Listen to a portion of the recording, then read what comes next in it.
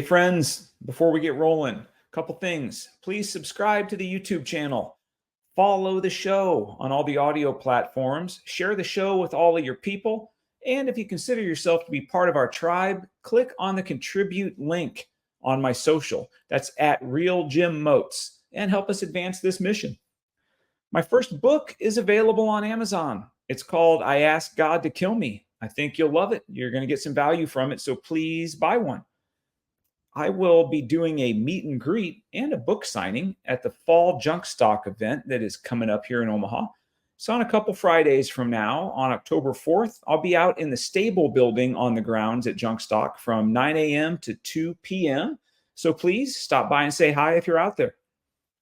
Moving on. Today I sit down with Mike Collins and even Allie a little bit, and we discuss the presidential debate, the Tyreek Hill mess, and Vivek Ramaswamy's new book, Truth. We would love for you to contribute by commenting, messaging us, and even sending an email. The email can go right to me at social@ministryoffreedom.show. Let's get right to it. Please enjoy episode 48 of the Ministry of Freedom Show.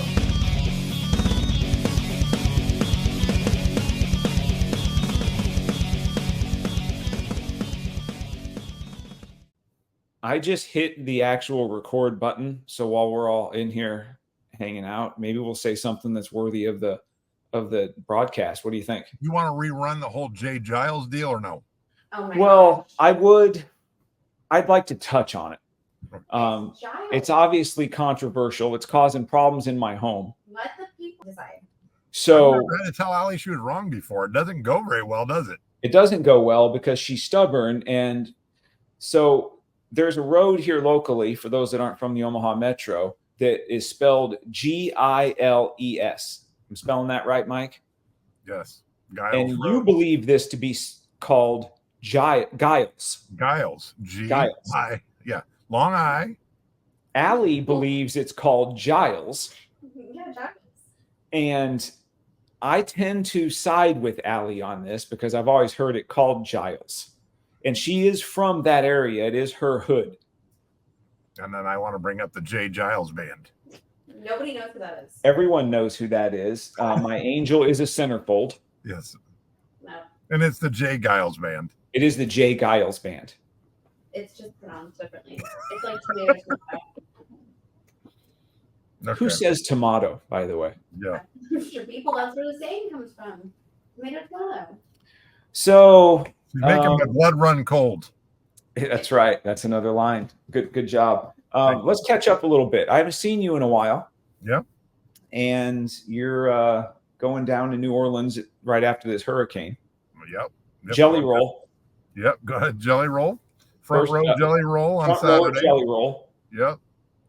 So that's pretty cool. I bought 4 tickets to Jelly Roll when they first came out about 6 or 8 months ago before I knew I was abandoning the city of New Orleans. Yeah. How's it feel to abandon NOLA? Pretty good. Honestly, better than I thought. Yeah.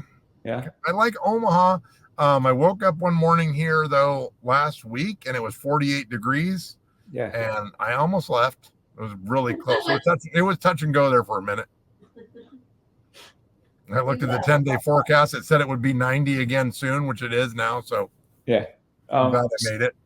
Just so you know, you probably figured this out, but for the audience, over there, Allie is joining us. All right. No one can see her. Oh. I don't even know if they can hear her. Can you hear her, Mike? Hey, oh, I hear her. All right. So Allie's going to hang out with us, kind of, in and out throughout the show. I got a few things I wanted to I wanted to get your opinion on some things. So I hope you are up to speed on some of this stuff that I want to talk about. Okay. All right. There was a debate the other night, right? Yeah, I'm up to speed on that. Did you watch any? I watched the whole damn thing. Okay. So me too. And I don't want to prime the pump here. You tell me your initial thoughts on it. Okay. Neither one of them answered a single damn question. They both did a great job of avoiding any direct question, even when asked a second time. Okay, but the question was this. The moderators were definitely leaning left. They questioned Trump on several things that he said that They wanted to fact check him. They're calling it, but they didn't fact check Harris on anything. Yeah. Kamala or Kamala? Kamala. Okay. I think. I don't know. No one knows. Okay. So Kamala got away with changing her stance on everything and never got asked. Apparently she's pro-gun now. She never said that AR-15 should be part of a buyback program, and the moderators didn't question her about it. Apparently she has firearms that she carried with her. Who knew? Yeah. She's her and Mr. Emhoff, they're just rolling in weaponry. She's a very pro-gun Democrat now. Her and her vice president are. If you talking about guns like they ain't got none, hell yeah, they're strapped. That's right. They're like everything she's. So Trump several times tried to talk to her. Obviously, she's wanting him to say that he wouldn't sign a national abortion ban, which he wouldn't answer, and then he's trying to get her to agree that strolling into a clinic in the 7th or 8th month of pregnancy because you decided you didn't any longer want this baby. It is legal in 7 states. You can go in the 7th month of pregnancy, which nobody can deny. Everybody has seen a 6-month-old baby. Everybody's seen one. They're a premature 6-month-old baby. It's a baby. Everybody's seen one. Yeah. If you killed a woman who was 7 months pregnant, they actually charge you with a double homicide. However, in 7 states in the U.S., that's a body choice. Yeah. So obviously they both want to go to the extremes as usual. Trump wants to keep saying about, well, what if you had a baby and a day later you decided to kill it? And instead of he should just stick to talking about 5th and 6th month pregnancies. That, hey, this is ridiculous. 6 months is a baby. No denying that 6 months is a baby. 6 months is a double homicide. She wants to stick to, well, will you sign a national abortion ban? We know you want to make it illegal everywhere. And neither one of them will answer the questions. But it was horrible how slighted it was. And it's hard. I was very disappointed. Trump is Trump, right? He don't change his opinion ever. He's the same guy all the time. Like he's likes to hear himself talk, doesn't really make a lot of great points. But I wish he would have just kept nailing her on the same things of, well, you said this in 2019, and now you're saying this. I mean, it's hard to debate somebody who's willing to change their stance, flip-flop from both sides back and forth. And he never nailed her on it. Just like, hey, you said you want to do a gun buyback program. You said, you want to do this. You want to do that. And he just never really nailed it home. He just kept meandering around. And then, like I say, the moderators would hold him accountable on occasion, never held her accountable. Yes. I agree with everything you've said. Let me expand on a little bit of it. So if I was Joe Blow and I'd never paid attention to politics and I just thought, it's on every channel, I'm going to tune into this debate, I would think that Ms. Harris outperformed him by a mile. She appeared polished to me. She didn't directly answer the questions that were asked, but what she gave pre-prepared statements to every question, whether it was on topic or not. That's right. But she also, if you're just evaluating her from, let's say she's a professional speaker, which essentially that's what these jobs are. Her inflection was perfect. She's being emphatic on the perfect syllables. She's everything that her mannerisms. Throughout the debate, she's polished, man. She kept it cool. Her facial expressions, I even thought were pretty spot on. And her reactions were like a lot of people would have reactions to some of the stuff that Trump is saying. Now, I also think that the moderators, it's disgraceful. What are we freaking doing? And I think that helps Trump, to be honest. CNN did a way better job, and he did a way better job because his opponent was non-existent. Not all the way. Yeah, it wasn't all the way there. I think that independents can take a look at, and that's who we're talking about here, because you're not changing somebody who's already made up their mind. Independents are looking at the moderators and thinking, well, this seems really unfair. And why would that be? I think that plays into Trump a little bit. It was 3-on-1. She also did a good job of baiting him, right? Every time that she baited him, he just took it. He was getting pissed. Yeah. And what's crazy is the lies. So they both lie. Let's be honest. Trump's a liar too. He's lying through his teeth about some stuff. And he got called on every one of them. It's like they knew what the stuff he was going to say, and they've got it, the gotcha stuff, and I'm fine with that, but they don't fact check her at all. She blatantly lied. Maybe not even about flip-flopping positions, because the argument could be made that people evolve and maybe her stances have changed and she's trying to be more in the center so she can govern more effectively. I'll give her that benefit of the doubt on some of this stuff. I do remember when Biden ran that everybody talked about him being the moderate choice, that he was in the middle and going to bring us together. And he won the election and then made a hard left-hand turn. And he's not near as far to the left as she is. Yeah, and that's the playbook we're following. She's a crazy Marxist weirdo. Say whatever it takes to get in office and then do what you want to do. That's it. They're playing the game the right way. Yep.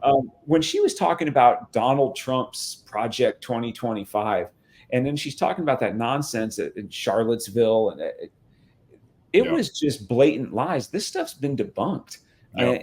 But the moderators don't call her out on it, which obviously that's frustrating. And they could mention that Snopes even debunked the Charlottesville stuff. Like correct. Snopes is a left-leaning liberal, but if they won't, that's my problem with Trump. If they won't, he has to be prepared. It's almost like he rolls into these things and he doesn't, I don't need to get ready because he's an egomaniac, so I don't need to get ready. And goes in there, and like you said, the people that support him still support him. Yeah. But the reasons we support him is because of policy, right? We've got 20% inflation in the past 3.5 years, and we've got interest rates that have went up, and people don't realize this. Like I just did a calculation the other day.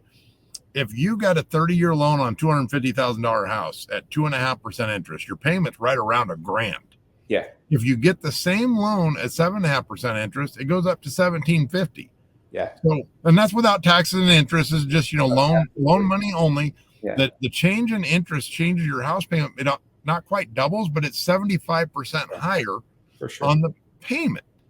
Well, and people don't realize, and the reason interest is up is because we have record 40-year high inflation. So they had to raise the rates trying to stop the inflation. Correct. Now, the counter to that would be, I'll play devil's advocate, is interest rates on homes are coming down.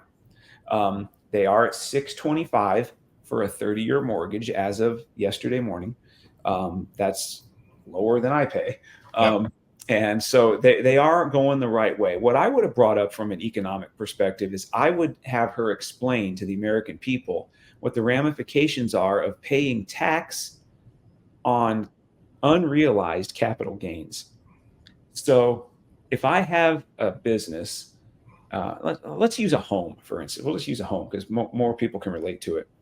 Say my home is worth $250,000, and then I have it appraised the next year, and now it's worth $300,000. I have to pay capital gains tax on that $50,000 that I've increased my net worth, even though I haven't realized that gain because I haven't sold it. So what's going to happen is for business owners and common folks alike, if this, and this will never work because the economists won't allow this to happen, but this is how her Marxist mind works, is that only wealthy people realize capital gains or have capital gains situations in their lives. That's not true. Homes appreciate. If my home appreciates 50 grand in a couple of years, I have to, most people would have to go borrow that money or figure out how to come up with that on their tax. It's untenable. It won't work. Well, and you saw those. So they're saying on that they only want to put that on people that have a net worth of over $100 million, which we both know if they get it past at the top, it'll slowly move its way down. It always moves its way down. It always moves its way down. Show me a time in history where you're just overly taxing to the point of punishing successful high net worth people who are creating jobs. How often does that work out for the middle class? And that's what people don't understand. Like they want to talk about Amazon. They want to talk about Elon Musk, especially now that Elon Musk supports Trump. So, right, that's their poster boy now. Yeah. We need to take every dollar Elon Musk has ever made because he's the enemy.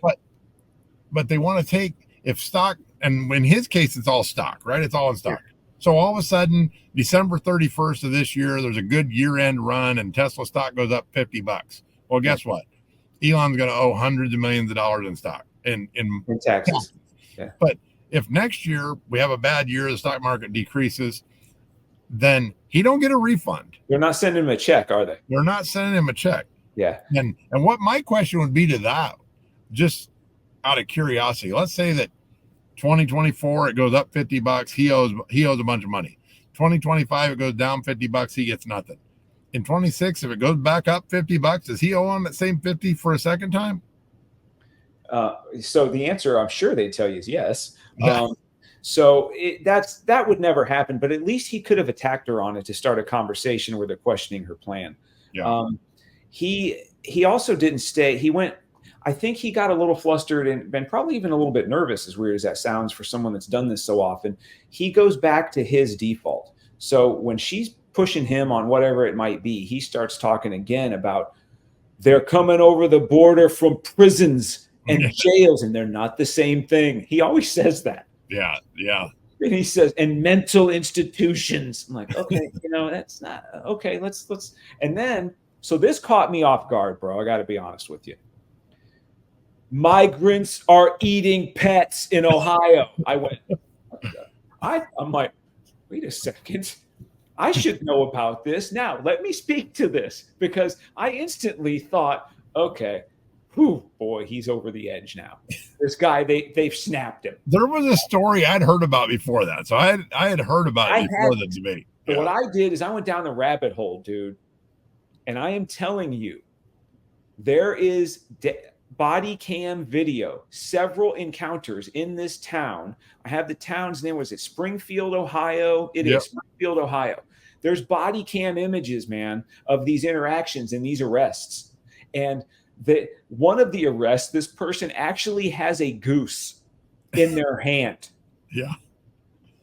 And there's a witness that saw an immigrant grab a goose out of a city park and break its neck. And that's what I'm talking about. Yes. They broke the neck and took it home to eat. Yes. But now all of a sudden, I've listened to CNN earlier this morning. They're like, this never happened. We're going to speak with the mayor of Springfield, Ohio. Oh, yes. I'm unaware of this ever happened. Yeah. Google it, dude. Yeah. So it's real. This stuff has happened. And then I love the fact checking. He's like, well, we actually checked with the city manager. And the city manager says, what's the city manager going to say? Yeah, all our cats are getting eaten by Haitians. Darn it, you caught. Don't move here. Yeah, exactly. The town that I'm running, it's horrible. So that actually that stuff. So the mayor didn't say that either. The mayor didn't agree that it was a horrible place to live either. No, that's right. Yeah. So I thought, my goodness, that I didn't expect that topic to come up. Let me see. I took some other notes here. Kamala actually, most of the stuff she does and says, it doesn't anger me. I'm just like, she's playing the game. That's her side of things. And they're just playing to win, and they cheat, and it is what it is. She said that January 6th was the biggest hit on democracy our country's taken since the Civil War. Since the Civil War, yep. Now, let me unpack that a little bit. Do you remember what day the debate was held on? September 10th. Okay. So the next day, yeah. Stands to reason, it's September 11th. Right. You're telling me that what happened at the Capitol on January 6th, regardless of your views on it, and Trump incited it, and that's crap, and whatever, it's a bigger tragedy and a bigger hit on our country than 9/11? Right. Have we also, there was a little deal, you and I are old, but we're not this old, little something called Pearl Harbor happened. Yeah. The Civil War is how far we have to go back to find something as bad as January 6th. One person died on January 6th, and this poor lady was shot by an overzealous moron cop. Yep. That pissed me off. And then she's got the gall to show up the next day at the memorials and all those kinds of things. So, I mean, that part is maddening to me. I will say this. Oh, go ahead, man. Quick off topic. So Fox on yesterday morning, they start like an hour before the towers went down. They do like it's so cool. Did you watch that? Yes. Dude, I got teared up. I had to shut it off. Same. So, and I get goosebumps right now. I made a post on my social the other day. So in my book, not a plug, not an ad, but in my book, I have a small section about 2001, and it's about my day, that particular day, and finding out about the attacks and listening to it on the radio and how I reacted and one of the things I talk about is, and I'm not sure if you've actually read the book or you just purchased it, either way. So I'm standing outside smoking, and I'm by myself, and it's on Broadway there, on 35th and Broadway. I'm just outside having a cigarette because I was still drinking and smoking back then. It's very quiet, and all the flights have been grounded, and we're close to the airport there, right? But it's quiet, and there's not a ton of traffic and stuff. So I'm out there having a cigarette, and I hear, oh my heck. So I look around, I look behind me, and it appeared I could almost reach up and touch it. I see this silver, shiny, mirrored bottom of the biggest freaking plane I've ever seen. I look up, and it's Air Force One. Yeah. And I go, no one's going to believe this is happening. So I'm looking around, and I go inside, and I said, hey, everyone, Air Force One just flew over, and da-da-da-da-da. And no one cared. Yeah. Okay, man. And I just thought, what a surreal moment. And that day changed a lot for all of us. But anyone interested, it's just a couple pages long. Go check it out. It's actually fairly interesting take on what happened that day, because my perspective on it, I remember it very vividly. And when you see those tributes and things, it does take you back there. And it also, as we're getting older, there's people that have graduated from college now, Mike, that weren't born when that happened. Right. That's crazy. So they added some stuff, obviously, that I had never heard before, like the air traffic controller trying to contact the planes when they first got taken over. Yeah. And they're like, reaching out to him. And then you hear some guy clearly with broken English, like trying to tell him it's okay. He's like, everything's okay. We're going to the airport. Yeah. What? Come in? Yeah. And then the air traffic controller, like, hey, man, I think we got a problem here. Yeah. And it was insane. Like I say, dude, I got all emotional about it. I'm just like, holy hell, this is crazy. Oh, I found something out yesterday I didn't know. So the flight that went down in Shanksville, Pennsylvania, that's that Todd Beamer situation to where he was kind of the ringleader of the other dudes on the plane. He's like, look, we can't let this happen. We've already heard from talking to other people. This is, these planes are crashing into buildings. So they decide we're going to run the cockpit. We're going to take over the cockpit. We're either going to be able to have air traffic control help us land the plane, or we're going to crash this thing on purpose. But, that's what we have to do. So then he says that famous line. He says, let's roll. They all go in and take over the cockpit. So the reason they're able to get that done is there was another hijacker that was supposed to be in passenger control mode, because a couple of them are up front flying the plane. Because you remember, a lot of these dudes learn how to fly commercial planes. The dude who was supposed to be crowd control was stopped at security and never allowed on board that plane. Oh, wow. So they were short a terrorist on this flight. So the terrorists were up, they killed the flight crew, and they're up there flying the plane. Then Beamer and these other dudes, heroes, they decide they're going to break through that door, and they get in a scuffle with these guys. And who knows exactly what happened, but they end up nose the plane in. They nose it in, which, think of how scary that is. And making that decision. And then this still, talk about giving me chills. He's on a call with his wife, man. Beamer is, before he does that. And he's just like, we have to do something, and probably not going to come out of this. And I love you, and I love the kids. And then she overhears him. He's like, okay, goodbye. I love you. And he doesn't hang up the phone. He looks at the other people that are really ready to go do this. And he looks at them and he says, let's roll. Yeah. And then they go up and take this cockpit over, and they nose this plane in. And by all accounts, this plane was headed for the Capitol building. Yeah. Now, you talk about freaking heroes, man. Yeah. That's what we're talking about. And that day, it should mean something. And it does mean something. And I never would have thought that our country would be where it is 23 years after that. Everybody should have to watch that show that Fox puts on. And they said they only air it once a year on September 11th. That's right. Everybody should have to watch that, dude.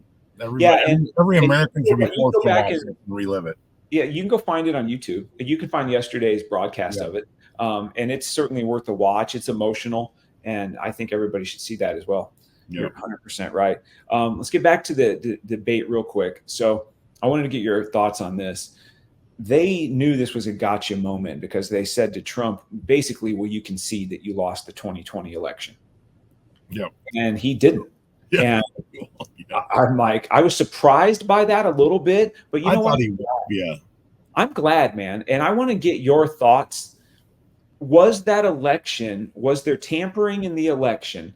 And do you believe that the outcome was manipulated by press and nefarious actors that were suppressing votes and vote counts. So more so than the January 6th, I believe there was a bigger attack on our government during the 2020 election than January 6th. I don't even believe that January 6th was the biggest problem in American history of that election cycle. Facebook, all social media were controlled and tampered with by our federal government. And what's crazy is that Trump was in power at the time, and still all of our government was going behind his back and working the election against him. The mail-in votes, the going around door to door and collecting votes. Yeah. All of that system is broken. And yes, you should have to have an ID. I have to have an ID to get on a plane today. Why is this a big deal? If you go to the Democratic National Convention, you have to have an ID to get in the door. You have to be on the list.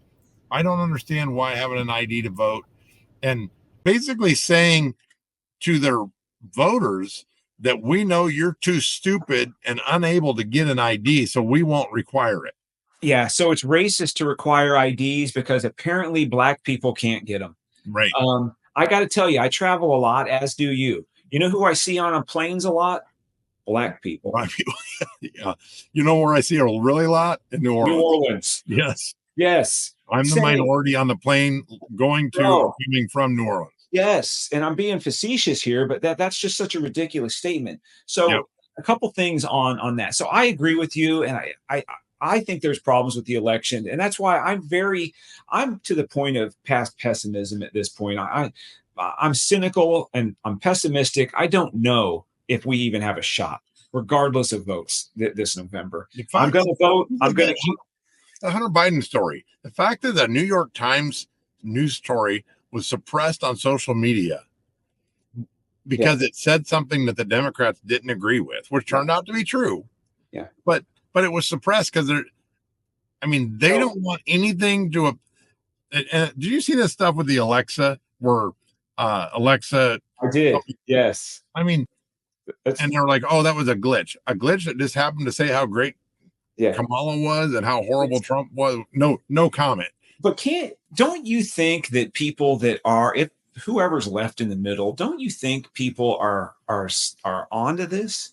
And I think it depends on what news they pay attention to mostly. If they're watching ABC News, I think that they're getting enough slighted news that you start to believe what you see because it's on TV.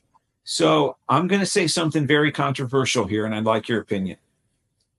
ABC as a business entity and a network is only good for one thing: General Hospital.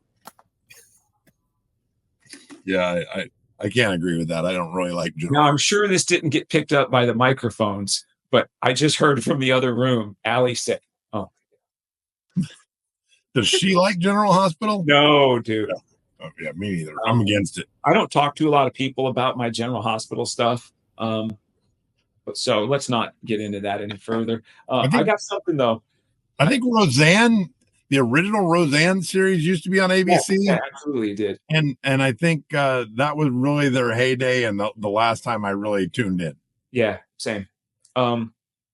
So there is a new budget that needs to be passed, or there's going to be another government shutdown. You know how we hear about that every so often. That's coming up on the 30th of this month. Now, there's a hang up. Both sides are fairly agreeing on, okay, we can deal with this, let's get this thing passed. But the Republicans have thrown a little bit of a wrench in this thing because they want something in there that says you have to be a U.S. citizen to vote in this election. And the Democrats say, absolutely not. We will shut down the government before we allow that. Mm-hmm. So that got me to thinking. I was trying to go through my head today and think of countries that if I just went there, and it was their election time, I could be like, I'd like to vote. Yeah. And I'd like to know how that would go. And what I came to in my mind was all the countries I went through in my mind, I thought they'd tell me no. And then there was a handful of them that I was pretty sure would have me arrested. And I even came up with a couple that I thought would kill me. Right. So what are we even talking about? We're at a place in our country to where they're going to hold up passing a budget, shut down the government, affect millions of lives because they want people that aren't citizens to vote. Well, you've heard their argument is that it's a non-issue and that the Republicans are just posturing and that that non-citizens are not allowed to vote anyway. So why are we talking about this? But if that's the case, then sign the damn bill and move on. Sign it. And I think that's why they put it in here, in order to debunk that argument. Okay, let's say that's true. There's no reason to not sign this then. Yep. Yeah. So I thought that was an interesting position. Yep. See if I got anything else in the election here.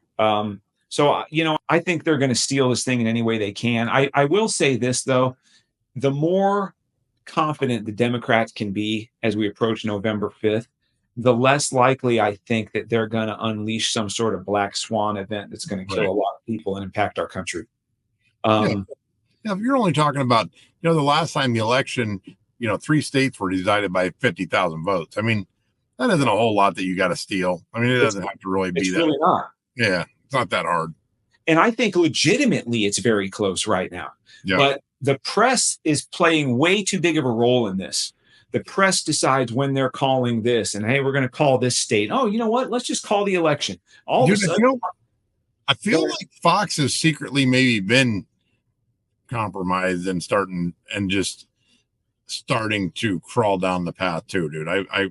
I feel like even like today, they give a lot of negative Trump news and a lot of, like, I'm not gonna say positive Harris news, but they definitely emphasize the polls that show that she's ahead in this thing or she's ahead of that thing. I mean, they still, at least they still go both sides. Like, they'll show the polls of where, people are heads and shoulders choose Trump for economy, which I mean, that's obviously one of the most important things.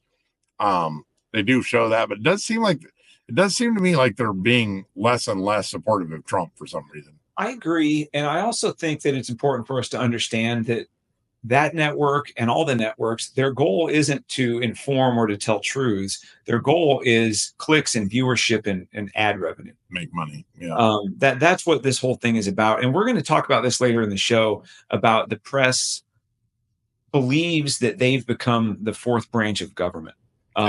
And we'll touch on that too, because I'd like to get your thoughts on that. But, that's what I got on the debate. It is what it is. I don't think we'll see another debate between them. I don't know if the vice presidential candidates are going to debate. Frankly, I'd rather watch paint dry than watch these two dudes go at it. But I would watch it if they did it. I don't think it's going to move the needle. I don't think anybody cares. No one's going to vote for one of those candidates or the other because of either of those dudes, Vance or Walz. No one cares. Yep. So I think it's irrelevant. I got another topic though. All right. Tyreek Hill. Oh boy. So you got your Chiefs gear on. So we were Tyreek fans. Yep. Right? Tyreek won a couple Super Bowls with the Chiefs. He was the fastest guy in the league up until. Do you know there's a new fastest guy in the league? I did not know that. Yeah, his first name's Xavier. I think his name's Xavier Worthy, perhaps. And he was just drafted in this last draft in April. And you know who drafted him? The Chiefs. All right, perfect. So the Chiefs now have a faster guy than Tyreek Hill, who is at least as electrifying and as explosive, and scored a touchdown in his first NFL game last Thursday night. So I just thought that was ironic. Anyway, it's not a football talk necessarily, but what we're talking about is, for those of the audience that don't know, Tyreek Hill, wide receiver for the Miami Dolphins, he's on his way to their game Sunday in Miami. He's in a $300,000 McLaren supercar, and it's all blacked out, and he gets pulled over for speeding, and immediately Well, it doesn't even pull right over, first off. I mean, correct. And then he's uncooperative. He's disrespectful to the police. He won't roll his window down. Then when he finally does roll his window down, he rolls it right back up. And these windows are so blacked out, you can't see anything on the other side of them. Yep. And that's unacceptable no matter who you are. He is very combative, disrespectful. The cops give him plenty of opportunity to comply. He decides he doesn't want to do that. And they end up yanking him out of the car, placing him in cuffs, because you cuff him when you're detaining someone, you cuff them. They set him on a curb. He doesn't want to stay on the curb. He stands up. They take him down again. It's a big to-do. And all of a sudden, it's more race baiting. And first off, I don't think there was a white cop in this. There wasn't. No. But that's neither here nor there. So I was curious to get your take on that. And then I've got a few thoughts, too, and a couple statistics to throw at you. So it's weird. Even after the video came out, once I saw the video, is like, okay, this is 100% Tyreek's fault. He should have pulled over when they told him to pull over. He was obviously reckless driving, and then yes, his windows are so dark tinted that you can't see through them. From the police officer's body cam, you can't see anything inside the car, so you don't know if the person's got a weapon, what's going on. He's already, like I said, they actually had to pull up alongside of him and tell him to pull over, and then he kind of did. And then he took off again and then moved like farther forward. Yeah. And so yeah, if you're an officer, you're obviously going to be like, what the heck's going on here? This guy's not listening. Then won't roll down the window. You're heightened, aren't you? Yeah. If you're a cop. Yes. And so what kills me is at first it's like, oh my gosh, he comes in and says, he's never experienced such, racial, whatever, all this crap. And even though the officers, I can't remember if they're Hispanic or whatever. They're Hispanic. Yeah. So he says all this to his teammates and everybody's all fired up, and it's all on social media. And then the police like release the body cam footage. And to me, it's like, yeah, he's 100% in the wrong. He should have obeyed commands and he wouldn't have got into this trouble. And then a couple of his teammates still came out after and like, oh my gosh, I can't believe what I just seen. I can't, I hate that you had to experience that. It sucks to be an African-American in the US. Now I feel bad for it. Very difficult to be Tyreek Hill in America. He hasn't had opportunity, Mike. Right. I mean, so the video's out. It's 100%. All he should have done was follow either don't break the law in the first place. But if you do, I've done a little reckless driving. I'm cool with it. Yeah. But when the lights come on, either you make a run for it and you know that if they catch you, you're going to jail, or B, you pull over and roll down your damn window and hand them your license. Here's what I do when I get pulled over. Doesn't happen often, but I don't drive great. I get pulled over. I put my hands on the steering wheel. I have my handgun. The handgun gets pulled out and put on the passenger seat. Okay. All 4 windows get rolled down and my hands go on my steering wheel. And when the officer approaches, the first thing I say is, officer, my legal handgun is sitting on that seat and I'm not moving my hands. And then they'll handle their stuff and no one cares. And, write your ticket or let you go. Yeah. They don't pull you out of the car. They don't throw you on the ground. Yeah. It's not because I'm white. It's because I'm cooperating. Yeah. So I will say this for Tyreek Hill. Yesterday in their press time, he did say he could have done a lot of things better, but he does still think that one of the officers still needs to be fired. That seems ridiculous to me. The other thing I was really off put by was the Dolphin organization put out statements right away of how egregious this was. And it's just another instance of black males being mistreated by cops. And so I want to speak to that a little bit. First off, Tyreek Hill is a convicted violent felon. You aware of that? Yep. He pled guilty the year that he was drafted by the Chiefs. He pled guilty to domestic violence and strangulation on his pregnant then girlfriend.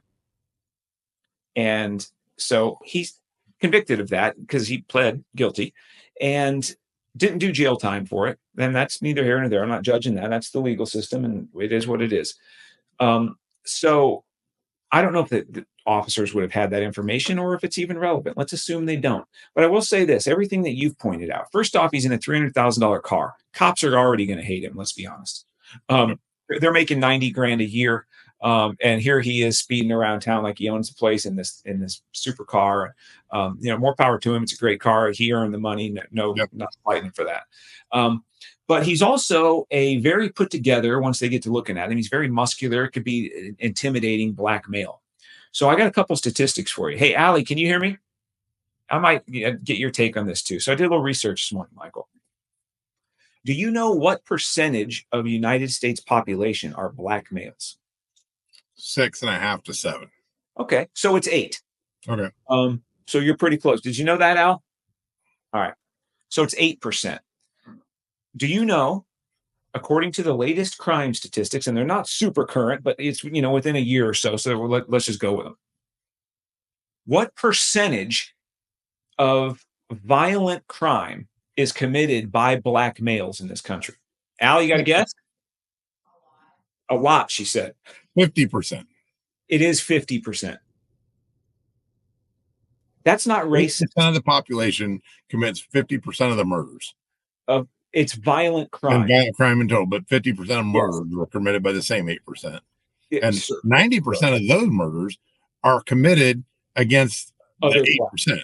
Yes. So that's not racist for me to talk about or for us to have a conversation about. These are facts. Okay. So people talk about why are cops heightened when they approach young, black, strong males? That's why. Yeah. That's why. And until we can speak those truths, do you know who's going to continue to be quote unquote victimized at times? The black community. Yeah. They need to police their own, so to speak. Where's the men standing up and saying, why are 8% of the population committing all these violent crimes? Where's the freaking fathers? Where's the nuclear family? Well, We don't have those conversations. We want to demonize law enforcement. well, I'll and tell you what, go to these 8% of the population in these inner city areas with no police. Let's see how it goes. and honestly, so all of the blacks that are murdered, if it's a police involved, it's less than 1% of the time. But 9 out of 10 times, if you're a black male and you get murdered, you're getting mailed by a non-police officer black male. Correct.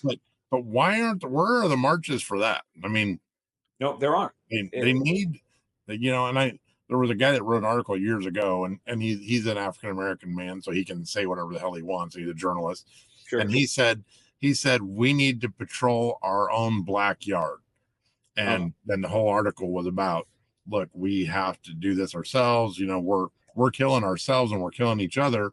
It's not the man. It's not the white. It's not the whites doing it. It's not the police doing it. It's us.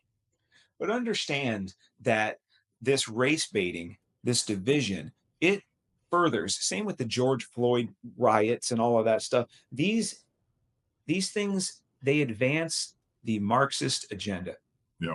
And we are on the precipice of electing a president that is the most radical, whose father was a professor and a self-proclaimed Marxist. Kamala Harris's dad didn't even make any bones about what They didn't want to fact check Trump on that one, did they? And it's 100% true. Yep. We do have the freaking internet. So Yep. I don't need that clown, David Muir. I don't need him fact checking things for me. You know what? I've got a keyboard. And if that doesn't work, I can pull this little one out. I can find these things out. But we're on the precipice of that happening. And that scares me because the riots and things, the burning down of small businesses and pillaging inner city communities it's destroying our country. It's destroying our economy. And the reason that insurance is up 90% from a premium perspective is because of this kind of nonsense. Yeah. So that was my thought on the Tyreek Hill stuff. I don't know if it's going to go too much further because I think right-thinking people now, if this was 2020, 2021, there's riots in Miami already. Right. But people are like, look, man, we saw the video. The cops, were they a little aggressive? Probably, but they were already heightened and you didn't do anything to calm that down. And Tyreek's actions are actually going to put other, non-famous, non-NFL playing young black males in danger. Because if they think that's the way to treat officers, especially during a traffic stop, they're going to get violently. There's going to be some violence against them and unwarrantedly. Yeah. So the whole thing is a mess. Any more thoughts on Tyreek before we move on to finally some scripture? No, without scripture. Allie, thoughts on Tyreek? Nope. Okay. You ready? So today's scripture reference, it's about truth. I want to discuss Vivek Ramaswamy's new book, and it's called Truths, the Future of America First.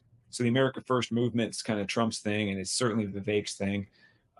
Those of you that don't know Vivek, he ran for president, well-spoken young guy, tech billionaire, I believe, or pretty darn close to it.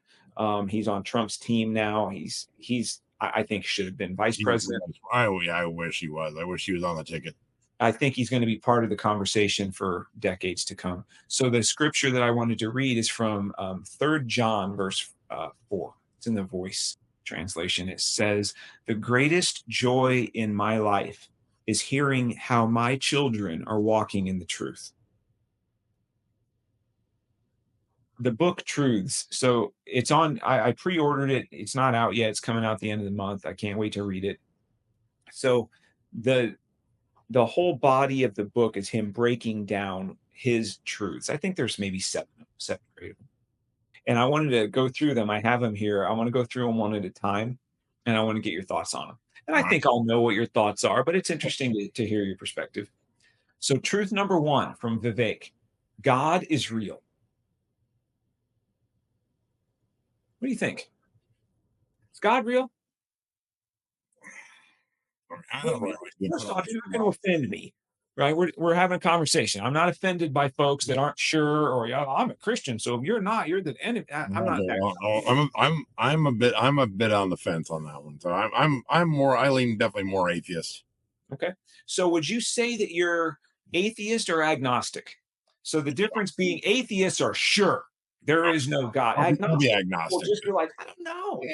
Probably. Yeah, I can be agnostic. So you wouldn't put a check mark next to, yep, God is real. No, definitely not. We really can't get into this because I guess I believe there's a higher power, and I believe there's a creator. Honestly, I have a hard time with, I don't believe that there's so many religions that they can't all be right. Mm-hmm. So I have a hard time choosing that. I mean, I more lean towards the fact that we're probably some advanced beings freaking science project. Okay. I respect your views. We are great friends. You're one of the most dear friends I've ever had in my life, and we couldn't be on more opposite ends of that. I know. Right? Yeah. But that's We're still cool though, right? I mean, yeah, I can't. Alien science project doesn't offend you? Say that again. The fact that I believe we might just be an alien's childhood science project doesn't offend me. No, my heart goes to, I love you so much that I would love for you to someday have that realization of Christ in your heart and in your life, but not from a judgmental, I'm better than you perspective and we can't have a friendship. I don't believe that, because that is, if me treating you that way is the opposite of what God's done in my heart. So I'm showing that you're right if I'm going to treat you that way. It doesn't make sense to me. I have love for you, and that doesn't affect that. And I'm glad you have that perspective now, that you have an open perspective, because obviously my heart and the way I am. I actually believe everybody should be treated well, right? And I get upset when people use religion to ostracize other people. Sure. And I mean, it's crazy. I mean, we've got Christians out there that are doing things that radical Muslims do, right? They're ostracizing people based on their beliefs, and maybe they're not murdering them, but they're actually, it's not that it's never happened. Yeah.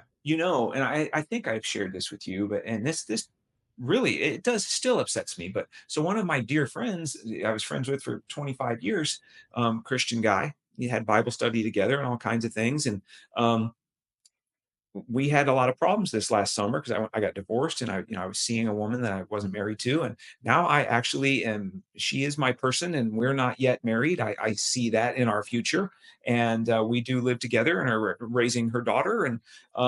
And we have that life. And this guy met with me a few months ago and told me, as long as you're living that life, you and I can't meet. I can't have coffee with you. I can't spend any time with you. And I thought, dang, man, that's not really showing the love. It's a bad look for Christianity. It is. I agree. And I'm not saying that from screw that guy. I'm saying that from a perspective of, man, it really wounded me and it still hurts. No. So God is real, according to Vivek, according to me. You give that not a check mark. I do. Okay. Yes. All right, let's move on. There are two genders. I check mark. Okay. I don't know if we need to unpack that too much. I'm a simple guy. I need things dumbed down. I'm typically about as deep as a Frisbee. So you got to really get it down to the basics for me. If I go to the pet store and somebody wants to convince me of a third gender, it's going to have to be one of them hermaphrodite, whatever, mostly female, but got the XY chromosome. Yeah. I mean, again, now you're okay. You want to argue that some sort of weird third genetic mutation? Yeah. It's as far as I'm willing to open the door this much. I guess. I just know this person has both sex organs okay, I'm willing to open the door this much, but I'm going to call it a genetic mutation. Yeah. If I go to the pet store and there's a dog, it's a male or a female. Well, I mean, yeah, like I say, if it had both organs, you could be like, done. Okay. Yeah. So check mark. Yeah, check mark. Okay. Truth number 3 from Vivek Ramaswamy. Fossil fuels are a requirement for human prosperity. Check mark. Same. Yes. They absolutely are. I do. So this kind of, by the way, does go back to my number 1, and I have some out there feelings and thoughts. Okay.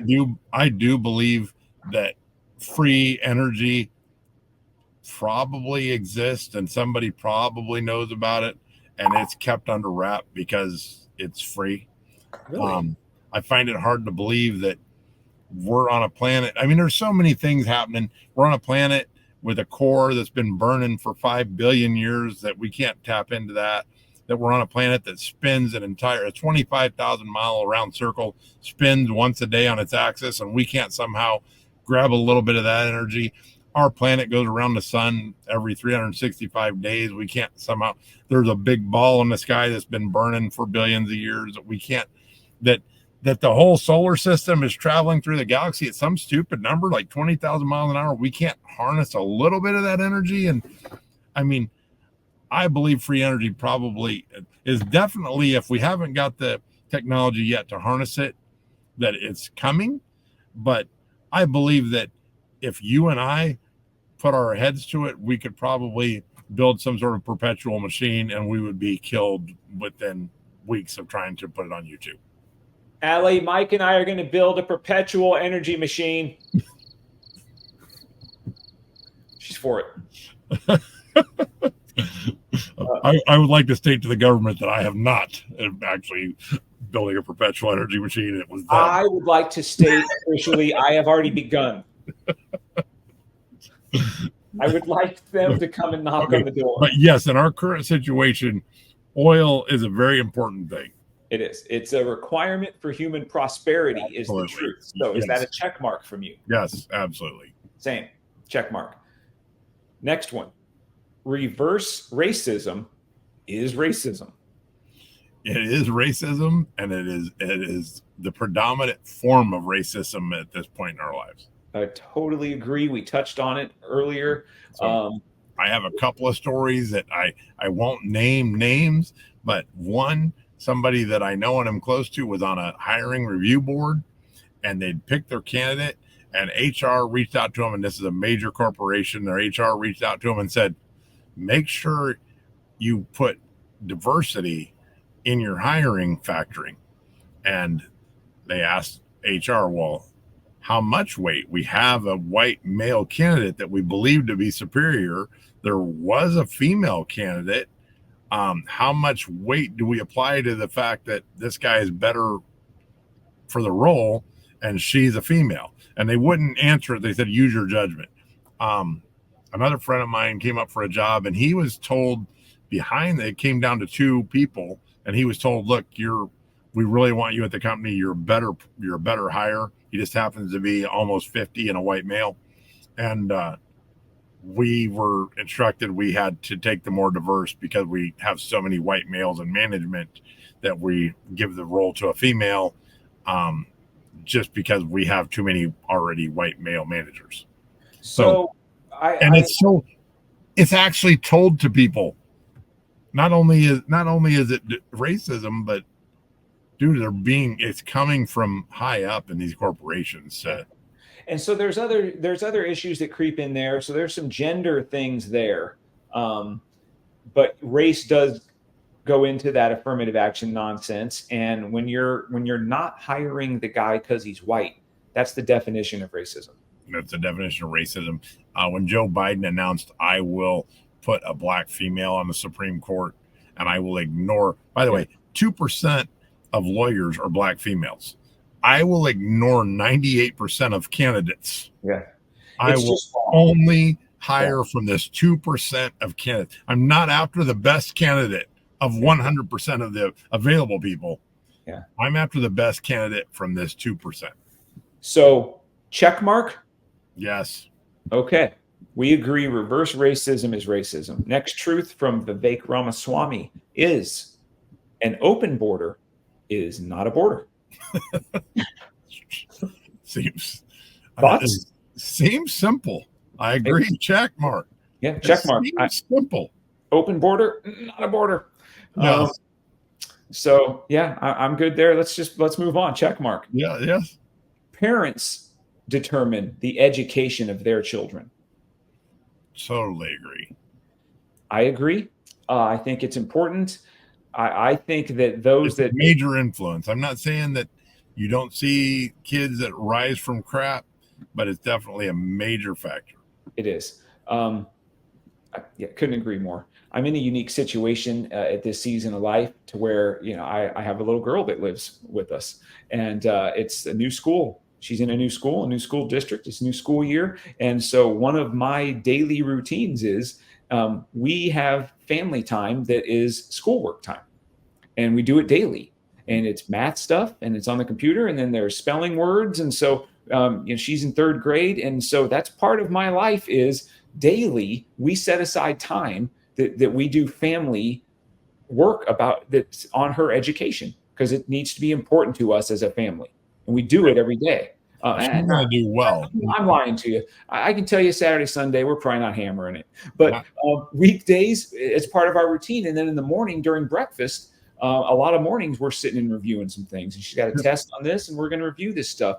We have to have a influence and impact on our family's education. There's no doubt. Imagine me and you's life change had we had a published author sitting down with us every evening, helping us with our spelling when we were children. Come on. That kid's got a leg up on society right now. That's right. Because I'll tell you what I can do. I can spell they. That's right. But thank you. Yeah. So that's been an interesting change in my life, and I love it. And so that is a check mark from both of us, isn't it? Yep. All right. And it almost goes into the next one a little bit. His next truth is the nuclear family is the greatest form of governance known to mankind. Check mark. I agree. Obviously, every study shows, man, kids that grow up without a dad in the home, they're more likely to end up in prison. It's some crazy number. They're more likely to not graduate from high school. They're more likely to not go to college. I mean, there's no arguing anymore. I don't know. I'd be happy to have that debate. But I think that I wouldn't perform great because it's so obvious. During the debate, the other people would be making up total nonsense. And then when it came my turn, I think I would go, yeah. What are we talking about? Yeah. Of course, that's a truth. Yeah. Vivek is onto it. So check mark there. Yeah, yeah. We're pretty well in line with this guy so far, aren't we? How many presidents are we on now right now? Number 46 with 47th in the running? Yeah, 46. Yeah. Name the president that didn't have a father growing up. Yeah, I mean, wait. I don't think we can, right? Right. I mean, I don't know what Obama's situation was, but he had a father. Remember, he was a Kenyan. That's right. Yeah, his father. Where Obama was born. Remember? And I know Harris. If she's number 47, I know about her freaking dad. Yep. And yeah. You'd think from our society norms today that 1 out of 46 should have came from a fatherless home, right? Yeah, you'd think. I mean, it's definitely the odds are more than 1 in 46 that you're in a fatherless home. Yeah. Yeah, for sure, man. So we agree. Check mark. Yep. Next one. Capitalism lifts us up from poverty. Absolutely. Can any other form of government lift us up from poverty at all would be the first part of the question. Or if it can it do it as effectively as the opportunity capitalism provides? Every form of government other than capitalism, pretty much you're born into it or you're not. That's it. There is no upward mobility, is there?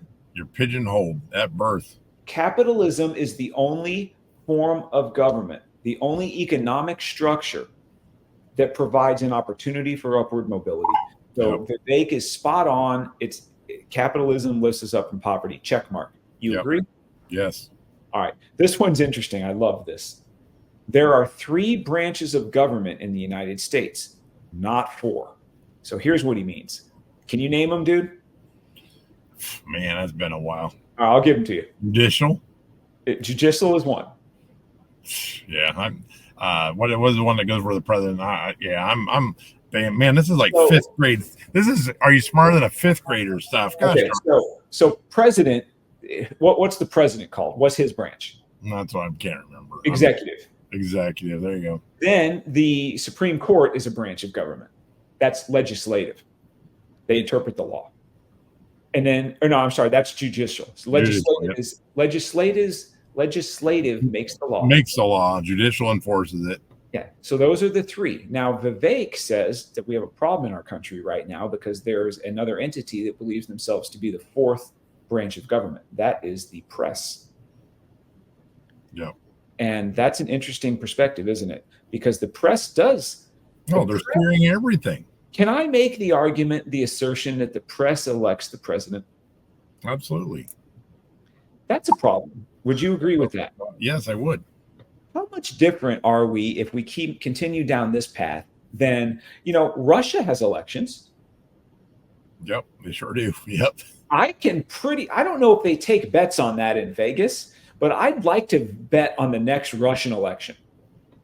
I bet certainly not even money, right? Yeah. The only way you make a choice on the next Russian election and lose is if Putin dies. That's correct. So you can miss. You give me a check mark there. You give Vivek a check mark. Yep, absolutely. He's got one more of his truths, and again, this is from his new book. Vivek Ramaswamy has a book coming out. It's called Truths: The Future of America First. So back to the book. The final truth: the U.S. Constitution is the strongest and greatest guarantor of freedom in human history. I agree. And that's why there's an attack on the Constitution. Because the Marxist, socialist, progressive agenda, those folks do not want us to have our guaranteed freedoms, do they? Nope, not at all. Their form of governance only works if we're stripped of freedoms and totally dependent on them, and they decide what our quote unquote freedoms are, which of course means there's no freedom at all. Yep. So I think that's a powerful end to his truths, and I know that's a powerful check mark from you, right? Yep, absolutely. So out of all these, we had 1, 2, 3, 4, 5, 6, 7, 8, 9. There's 10. Sorry, I thought there's 7. There's 10 of them. Yep. We agreed on 9 of them. 9 of 10. Yep. And I went 10 for 10 with Vivek. Yep. And I'm excited for this book. Maybe we'll do a show on the book. Maybe I can talk you into reading the book or doing the audio. Yeah, I'll read a book. Do that.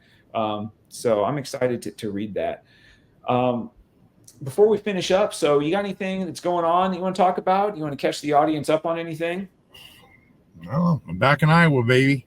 I love it. I'm in the Omaha metro area. I'm available for people to buy me lunch. Down on Giles? What's that? Yeah. Down on Giles? Spending some time down on Giles Road. Giles. Al, he's down on Giles. You want to come say hi? I'm not going. Spending some time on 108th and Giles. Yeah. Down at Allie stomping grounds. I mean, her old hood. Do I got to say 180 or can I say 180? I mean, and I say that. Allie, what's the proper enunciation of 180th? I mean, a 180, okay? Can I say 180th? I think you just go. I'm down on 180 in Isles. It's a silent G. 180th and Giles. Right, but it's clearly 180th Street, right? Can I say 180th or not? What's even better? Just do it like you want to say. Say I'm down on $180 in Giles. I'm either at 180th and Giles Road, or I'm at 180th and Giles. Yeah. So I'm going to say both of them into my Siri and see if she'll give me directions. Siri will say Giles. You want to find that out for us while we're finishing up? We'll wait. We have to be on Giles Road. So it can say turn left on Giles. So you and I need to go there for this? Pause here. We'll do a YouTube. I will just make this much simpler, and I'm going to run up to the Home Depot, and I'm going to throw a ladder in my truck, and I'm going to buy 40 J's, and I'm just going to put them on the signs. I like that idea. On a different subject, so I'll tell you something cool we got going on. Okay. Okay. You and I haven't caught up in a long time. So my shirt today, I've got this shirt. I don't know if the audience can see it. It's an 88 Tactical shirt. You familiar with 88 Tactical? Yeah, you know about that place? Yeah, it's a really cool place. Really cool. So they're expanding. They're going to have 13 of them throughout the country. Wow. They have an expansion plan in place. They're doing more to their facility down here in Gretna. So the one here, this is the one-off, right? This is the original? Yeah. So Allie and I, and I'll unpack this more when you and I meet. We're going to have lunch next week. But Allie and I are closing on an investment with them on Monday. So I've been meeting with them, their ownership, and the partners in that operation. And they have store number 2? No, not like that. But they opened up a funding round. And Allie and I were going through the process of being approved for that. And we are making an investment in their future, and we believe in their mission. And I believe that they're patriots. And I think this is a time in our country when we need more businesses like that. And we believe in their expansion plan. And we talked to them about investment opportunities. So we're meeting with them and closing all that up on Monday. So I'll talk to you about it a little bit more. Hold on one second. We have an important update. Giles. Did you get it? I told you. The correct pronunciation of your name. I told you. It sounded like you said Giles to me. Giles. Sounded like Giles, didn't it, Mike? I thought so. Is she saying it said Giles? Here, be quiet. Let her do it. Do it again. Giles. Oh, that was a Giles. All right. What kind of Siri are you? Who is that dude? Yeah. Just another person I have. She just called some random dude and had him say Giles. Yeah, right. Yeah, that was he not sounds like Siri, apparently. Yeah, I'm glad you pointed that out. I hadn't even caught on to that. That was not right. Siri. Some random dude. Yeah. Hey, man, I'm going to put you on the phone real quick. Say Giles. Yeah. Who is this? Just do it. Operator, may I help you? Yeah, hang on one second. I'm going to need you to say Giles. When I say this, you say Giles. It's like a cheer. Yeah. Are we good? Allie, you got anything for the mic or the audience? No. Does she ever, to see you. Yeah, we're gonna see you next week. Does she ever say tomato? No, dude. No, it's like tomato. Come on in. Well, I'm just checking. What up, Al? Hi. Ozzy. Well, and she's gone. Yeah. We got a cat in here causing problems. What do you need to do today? Yeah, Allie's busy, man. All right. She's busy. That's all I got. Appreciate you coming on, bro. Yep.